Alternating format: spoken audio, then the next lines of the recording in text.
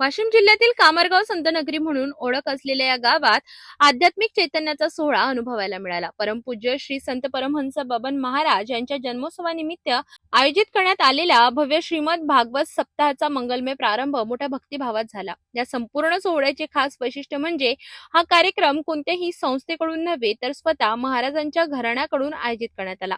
श्री रणजित भाऊ देशमुख आणि संपूर्ण देशमुख परिवार या आध्यात्मिक सोहळ्याचे यजमानपद भूषवत असून घरच्या सदस्यांप्रमाणे भाविकांची सेवा, नियोजन आणि व्यवस्था अत्यंत निस्वार्थ भावनेने करत आहेत। त्यामुळे या सोहळ्याला केवळ धार्मिक कार्यक्रम न राहता एक आपुलकीचा घरगुती उत्सवाचे स्वरूप प्राप्त झाले।